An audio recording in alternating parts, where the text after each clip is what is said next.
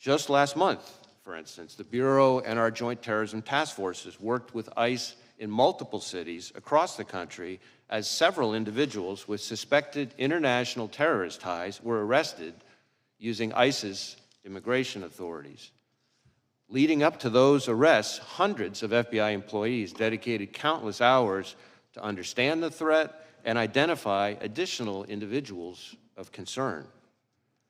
Now, the physical security of the border is, of course, not in the FBI's lane, but as the threat has escalated, we're working with our partners in law enforcement and the intelligence community to find and stop foreign terrorists who would harm Americans and our interests.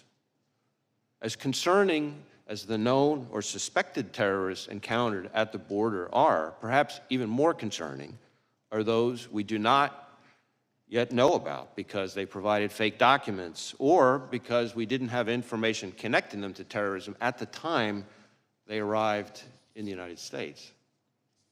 Staying ahead of today's threats demands that we work together. And for the FBI, that means doubling down on our partnerships, especially with state and local law enforcement. Whether it's working through our hundreds of joint terrorism task forces, to build out source networks to identify those who slip through the cracks, or targeting the worst of the worst responsible for the violence that still plagues far too many communities through our Safe Streets task forces, or taking the fight to the cartels responsible for trafficking the dangerous drugs like fentanyl, pouring into our country and claiming countless American lives. Staying ahead of the threat also means continuing to disrupt the cyber criminals ravaging businesses, large and small, and confronting nation states like China, targeting our innovation and our critical infrastructure. At the Bureau, we're proud to work side by side with our brothers and sisters in federal, state, and local law enforcement, our partners in the intelligence community, and others around the world to fulfill our commitment to keep Americans safe. Now, on Friday, the FBI will celebrate its 116th anniversary. 116 years of protecting the American people and upholding the Constitution. 116 years of working with our partners to safeguard the communities we serve. 116 years of innovating to stay ahead of the complex, evolving, and very real threats out there. I am proud of the legacy the men and women of the FBI have built and all they have accomplished for the American people. So, if I may, as we approach this week's anniversary, I would just like to say to all those who are part of the FBI family, from our current employees to our formers and to our partners across law enforcement and the intelligence community, thank you. Thank you for dedicating your lives to this country and to its people. It is both humbling and an honor to serve alongside you, and I look forward to the work we're going to continue to do together. And with that, thank you again for having me, and I look forward to our discussion. Thank you, Director Wray. Excuse me. We'll now proceed under the 5-minute rule. The gentleman from North Carolina is recognized for 5 minutes. Thank you, Mr. Chairman. Director Wray, I'm way down here, and I appreciate the chairman giving me this because I've got to leave. But let me ask this question. Why doesn't the FBI disclose to the American people all of the investigative detail and evidence that you are gathering as it is gathered? Well, we have tried to be transparent with both Congress and the American people as we're going along in the investigation, frankly, unusually so for an ongoing investigation, given the sheer nature of it. We have provided a lot of information. I expect to continue to provide information. I expect to be able to provide some additional information here today in response to your questions and your colleagues. But part of the issue is that, as like in any investigation, as we proceed, facts evolve. Our understanding of what somebody said turns out to have more context that we didn't have before. We have additional leads out there. So part of our goal is not just to respect the ongoing investigation process, but also to make sure that we don't prematurely provide information that then 2 days later turns out to be different than what we told people, because that's very much, kind of a natural part of any investigation. So, did Crooks fire 8 shots? We have recovered 8 cartridges on the roof. Why was Crooks allowed to get off 8 shots?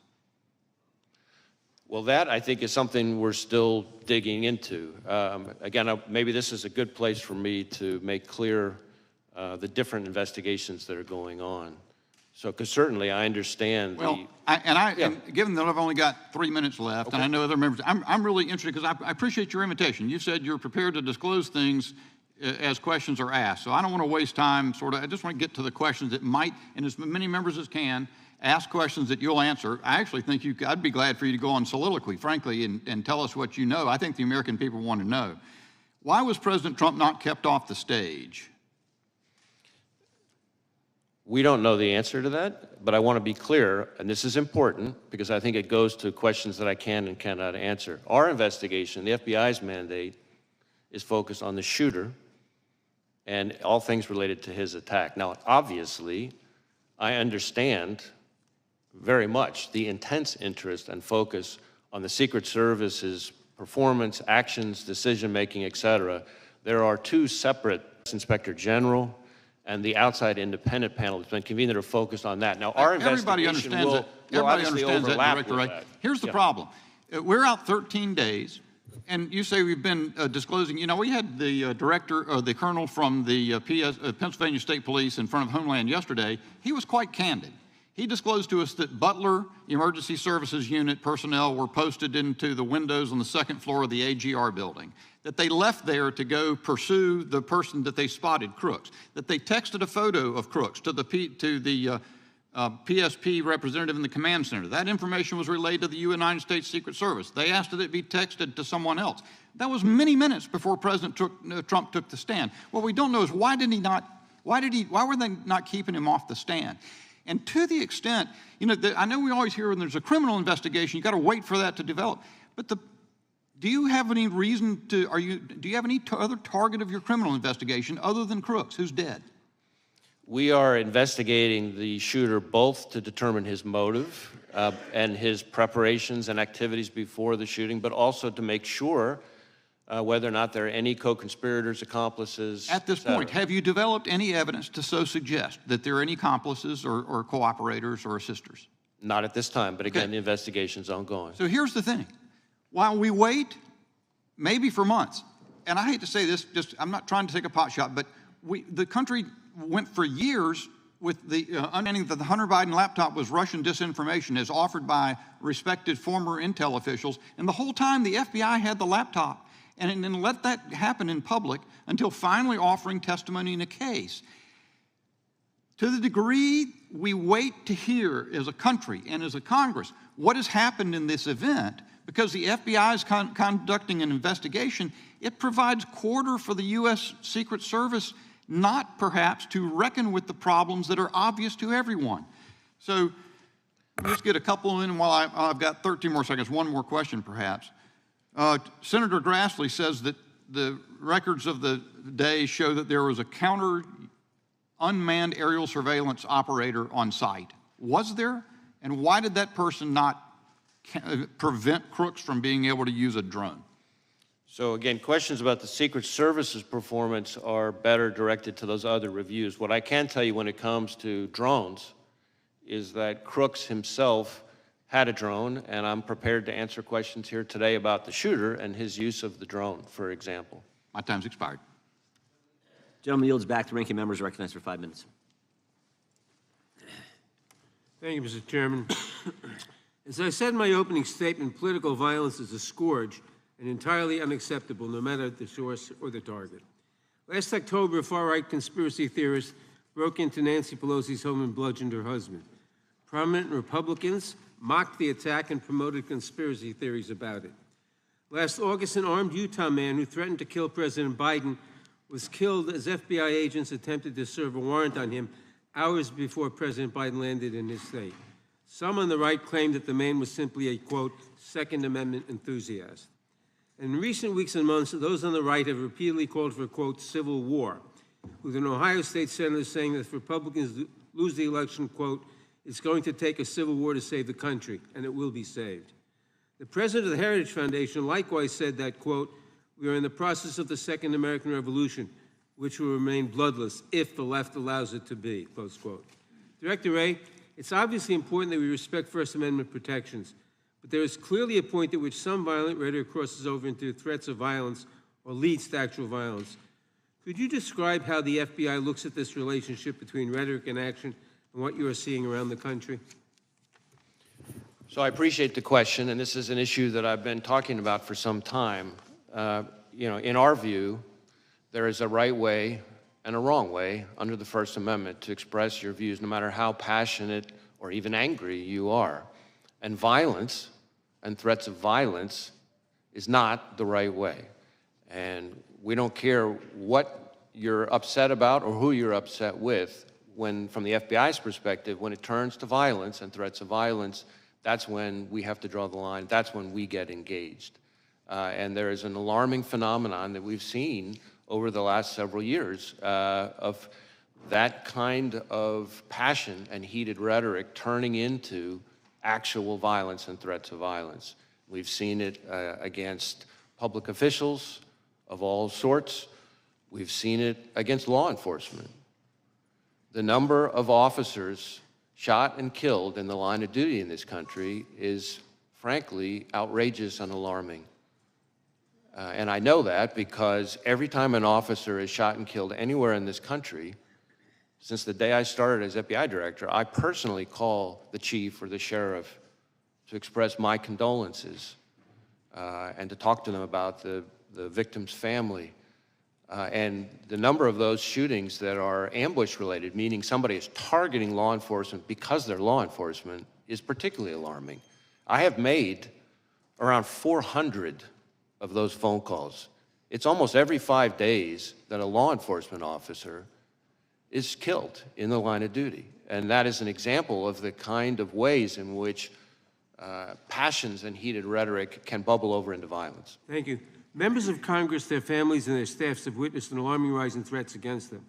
I appreciate the work your agency has done to investigate and address these threats, but I'm concerned that we do not seem to be stemming the tide.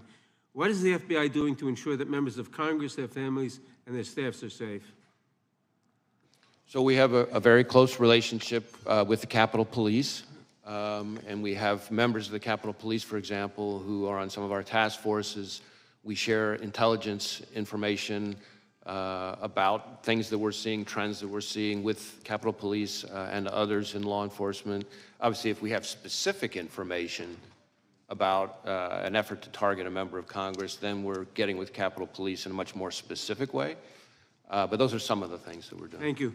Now, Director, your office is leading the investigation into the attempted assassination of Donald Trump. Republicans in Congress, including members of this committee, have repeatedly called for defunding the FBI. What impact would defunding or even just limiting your funding have on the FBI's ability to conduct this and other investigations?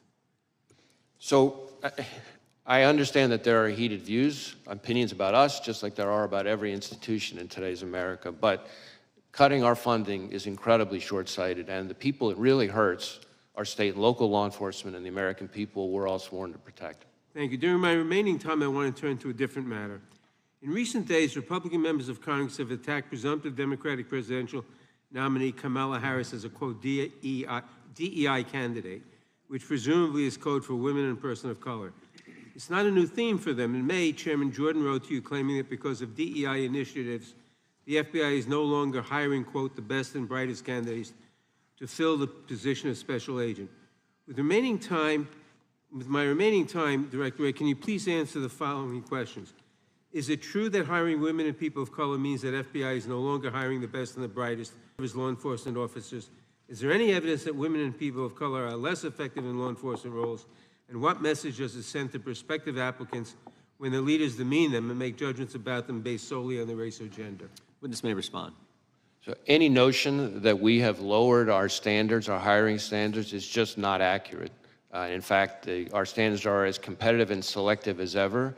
We have tens of thousands of people applying, and our selection rate is about 3.1%, which is more selective than just about any university in the country. And most of our applicants, I think something like 50% of them are coming from military or law enforcement backgrounds. About 50% of them also have advanced degrees. The average age is around 31, which means they're bringing a wealth of professional experience when they arrive. And to suggest that those people, because of efforts related to diversity or anything like that, are less qualified, frankly, is not at all consistent with what I see, having visited all of our field offices and seen these young people in action, and I think is an insult to those hardworking men and women who've signed up to dedicate their lives for this country. Thank you, Director. I yield back. Gentleman yields back. Director, let me go back to where Mr. Bishop was. Tell me about the drone. You act like you wanted to fill us in on that. Fill us in. So we have recovered a drone that the shooter appears to have used. It's being exploited and analyzed in the FBI lab. The drone was recovered in his vehicle. So at the time of the shooting, the drone was in his vehicle with the controller. In addition, our investigation has uncovered. Do you know what time of day he flew it, and if he flew it on the day of the shot? Yeah. Oh, I'm sorry. Go ahead. Go ahead. So in addition, it appears that around 3:50 p.m., 4 o'clock in that window, on the day of the shooting, that the shooter was flying the drone around the area 2 hours. for about 11 minutes. I want to be clear, but when I say the area, not over the stage and that part of the area itself, but I would say about 200 yards, give or take, away from that. We think, but we do not know, so again, this is one of these things that's qualified because of our ongoing review, that he was live streaming, viewing the footage from that, again, about 11 minutes in around the 3:50, 4 o'clock p.m. range. 2 hours before, he's flying a drone in the vicinity of the route. About 200 yards away, yes. 200 yards. Okay, that's important information. What about the bombs that we've heard about in the shooter's car? So again, the FBI lab is exploiting those explosive devices. Yep. There were, we've recovered 3 devices, 2 in his vehicle and 1 back in his residence. Are these what you would call, your experts would call sophisticated operations, or this? I don't know. That's what I've been told by people who have some understanding of this area. Yeah, I think it's.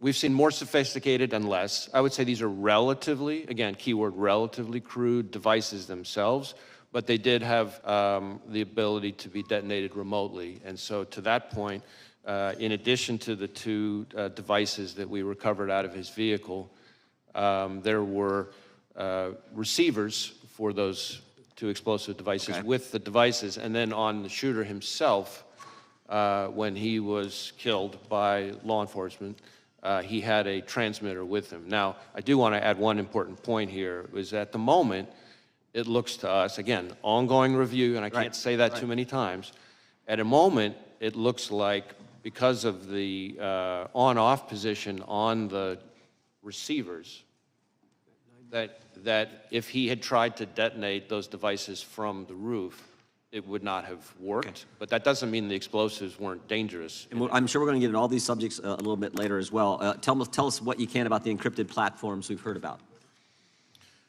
So one of the things that we're drilling into hard with the shooter in an effort to try to learn more about his state of mind, his motive, his ideology, his context, everything else, is to look at all of his devices, any social media accounts he had, et cetera.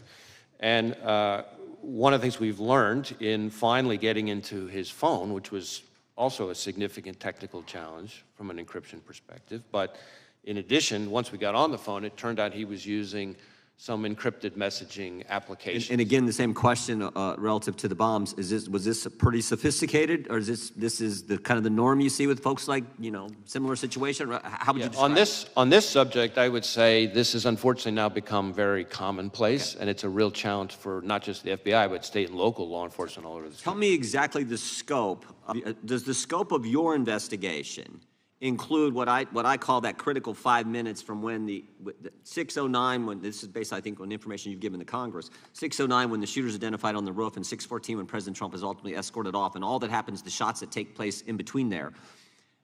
Do you have access to the communications that were going on at the time in that critical 5 minutes? So our investigation, when you say scope, our investigation includes that time frame, although focused again on the shooter himself. Understand. And But the now, shooter's as involved part in of that. He's obviously involved in that time frame. correct. And as part of that, as part of our focus, our investigation of the shooter and the attack, of course, we are interviewing law enforcement from the scene because those are some of the most significant witnesses, and we're obviously getting access to their materials and that kind of thing. And the Secret You're Service getting has been access fully to cooperative. you have access to the communications that exist there. That exact question, I don't, as I sit here at the moment, I don't know the exact answer to that question, but I know that Secret Service has been cooperative with us. The Congress would like access to those communications as well. I mean, not just that 5 minutes, although I think that's the critical time frame. There's lots of communications we'd love to have access as well. I see my time is up, and they have called votes on the floor. I think there are about 6 minutes left in votes, so the committee will stand in recess until approximately 10 minutes after votes conclude on the House floor.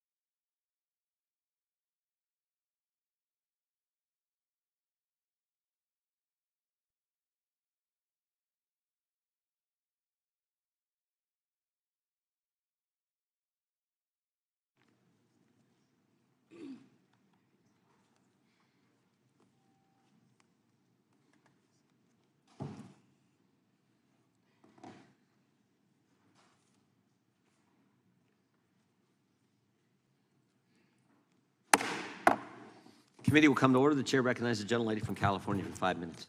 Thank you, Mr. Chairman, and thank you, Director Wray, for being here with us today.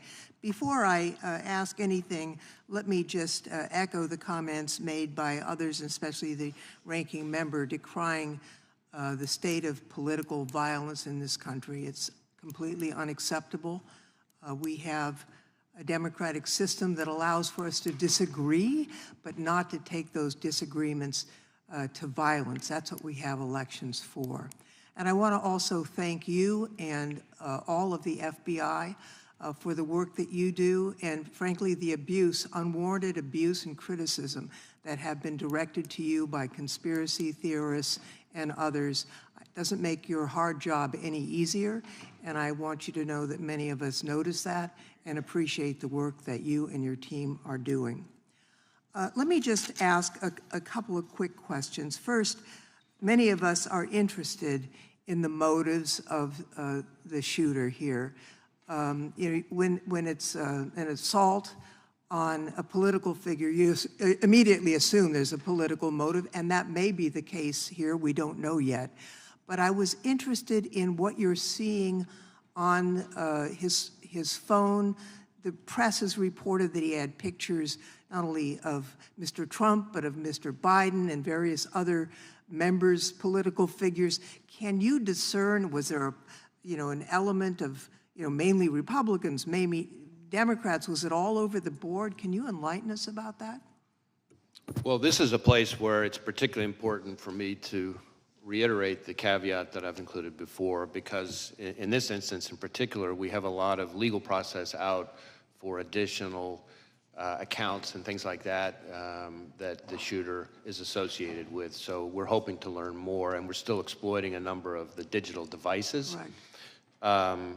I think it's fair to say that we do not yet have a clear picture of his motive, and I think it's important for me to explain, because I understand, of course, why everybody wants to know the answers to those questions.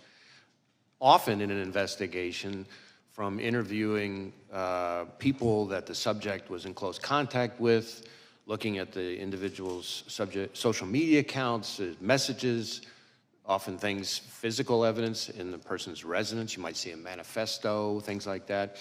We're not seeing that yet, but we are digging in hard, because this is one of the central questions for us. What I can say is that the shooter appears to have done a lot of searches of public figures in general, but so far we're kind of news articles and things like that, and so the images that have been reported about, really what we're talking about there are when you do a news search of an article, the image appears in the cache, as opposed to like a search for that specific individual. But again, I really want to be clear that that's a place that we're doing a lot of work right now, and so more to come on that. Well, I thank you for that clarification. We're interested also in the role of access to weapons when it comes to this terrible crime. The shooter used a semi-automatic rifle, really a weapon of war, that sadly has also been used in mass shootings around the country, including in my own district.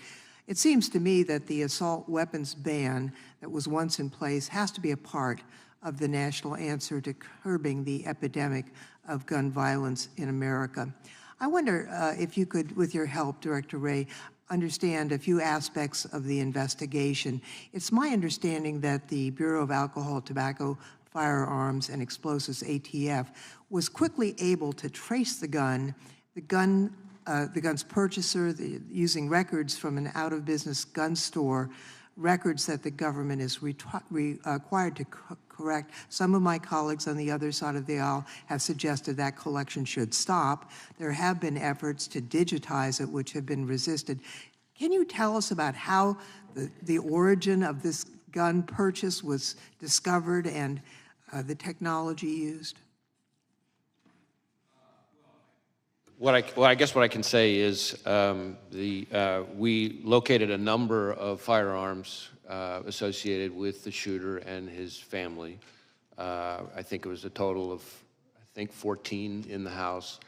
The weapon that he used for the attempted assassination was an AR-style rifle that was purchased legally, that he, is my understanding, acquired, I think bought actually from his father, who was the one who originally bought it, again, legally. Thank you, Mr. Chairman. My time has expired, so I yield back. Gentlelady yields back. Gentleman from California is recognized. Thank you. Director, I'll try to ask questions that are answerable too. I think that's been done pretty well on both sides.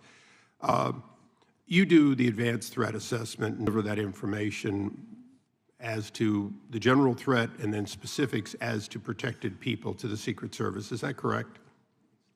Well, sort of. The Secret Service does a threat assessment, but they're doing that based on intelligence that they receive from a number of sources, including, of course, the FBI. So we share, whenever we have threat information related to a particular individual or protectee, then we share it with the Secret Service at a number of levels.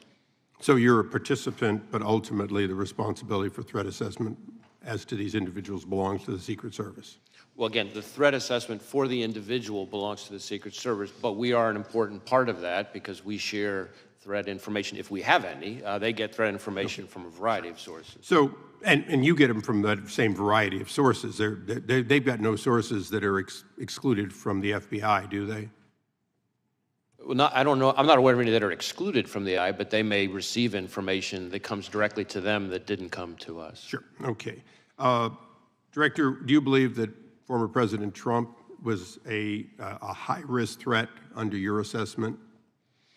Well, I believe that former President Trump, really, frankly, like any president or former president, is a very high-profile figure and attracts a lot of, unfortunately, the kind of threats we've been talking about. It's fair to say, not on a scale of 1 to a million with little nuances, but on a scale of 1 to 10, President Trump's risk was very similar to a current president, very similar to, because he was the presumptive nominee and leading in the polls and so on, that he was a high risk by any standard. Is that correct?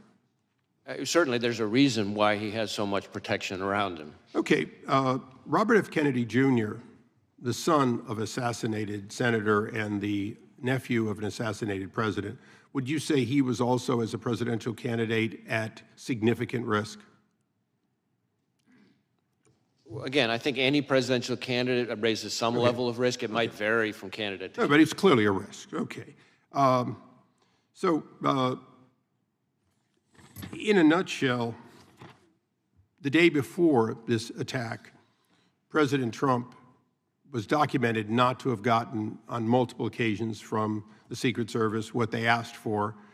The day after, it looks like they're getting more. The day before, RFK had been denied by the president multiple times, Secret Service protection. The day after, he now has it. So now my question is the actions of a 20-year-old with a lone gunman on a roof sufficient to change the risk assessment in your mind for President Trump and RFK, or are we just realizing the threat that was always there and being more appropriate in matching it? And I know that's a little vague, but you've been at this for a long time. Hindsight is 20/20. Now that we have hindsight, is it fair to say that giving Robert F. Kennedy Jr. security, upping the security, including drones, overhead support for the president, former president, these are all things that in hindsight should have been done the day before? Well, let me try to answer your question this way. Of course, as I said, the assessments of the level of security to be provided to individual protectees. No, I understand it's a Secret Service decision. But what I would say to you is that, and I've been saying for quite some time, including in front of committees of this Congress, that we are in an elevated threat, and we have been for some time. And that comes from a variety of quarters. It is, quite frankly, a dangerous time to be a prominent public official. And in regards to that, the other side has spent a lot of time talking about what people on the right have said. But there was an attempted assassination on a Supreme Court justice. We have had the highest-ranking senator on the other side of this body saying members of Congress in both the House and the Senate berating the character of members of the Supreme Court as a result of their decisions made, both, sometimes 6-3, sometimes unanimous, whatever. Are those comments, not any one of them, but are those comments and the generation of that sort of, oh, this guy's bad for democracy, this Supreme Court justice is a threat to democracy, is that the kind of thing that raises the threat level, and would you caution against that? Well, I do believe that we've seen an increase in threats of violence, which again, that's the FBI's lane, not rhetoric, no matter how despicable or heated it is, but violence and threats of violence. We have seen an uptick in threats towards judges, among other prominent public officials, including, as you say, a case that we helped investigate involving a threat to a sitting Supreme Court justice. An attempt. An attempt. Yeah, thank correct. you. Right. I think it's a reflection of a broader phenomenon that we are seeing in this country, where people, again, very passionate, I respect that, very angry, I respect that, but there's a right way and a wrong way to express yourself when you're angry. And violence and threats of violence just can't be it. And that's where we fit in. It's not my role as FBI director to call out particular people's rhetoric. There's a place for that, but that's not my role as FBI director. But when it turns to violence and threats of violence, that has to be treated as unacceptable, and that's the way we look at it. Thank you, Mr. Chairman. I yield back. Director, when did the FBI learn that Iran was threatening President Trump's life?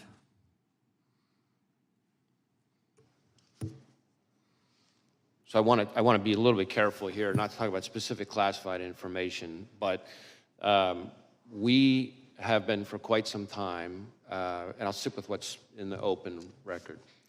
We, for some time, and I in particular for some time, have been calling out the efforts by the Iranian government to attempt to retaliate for the killing of Soleimani by going after current or former prominent U.S. officials, and we've even had an indictment against it. And I think that we need to recognize the brazenness of the Iranian regime, including right here in the United States. And I expect that we're going to see more of it, and I expect there'll be more coming on that. I'm not aware of any threat information related to protectees that wasn't, passed in a timely way, but I can't really get into specifics here. It's minority's time here, but I just felt that was a question the committee needed to understand. Any information related to threats against the former president, which again, as we've sort of talked about, happens all too often, is something that we have a whole process we routinely share with secret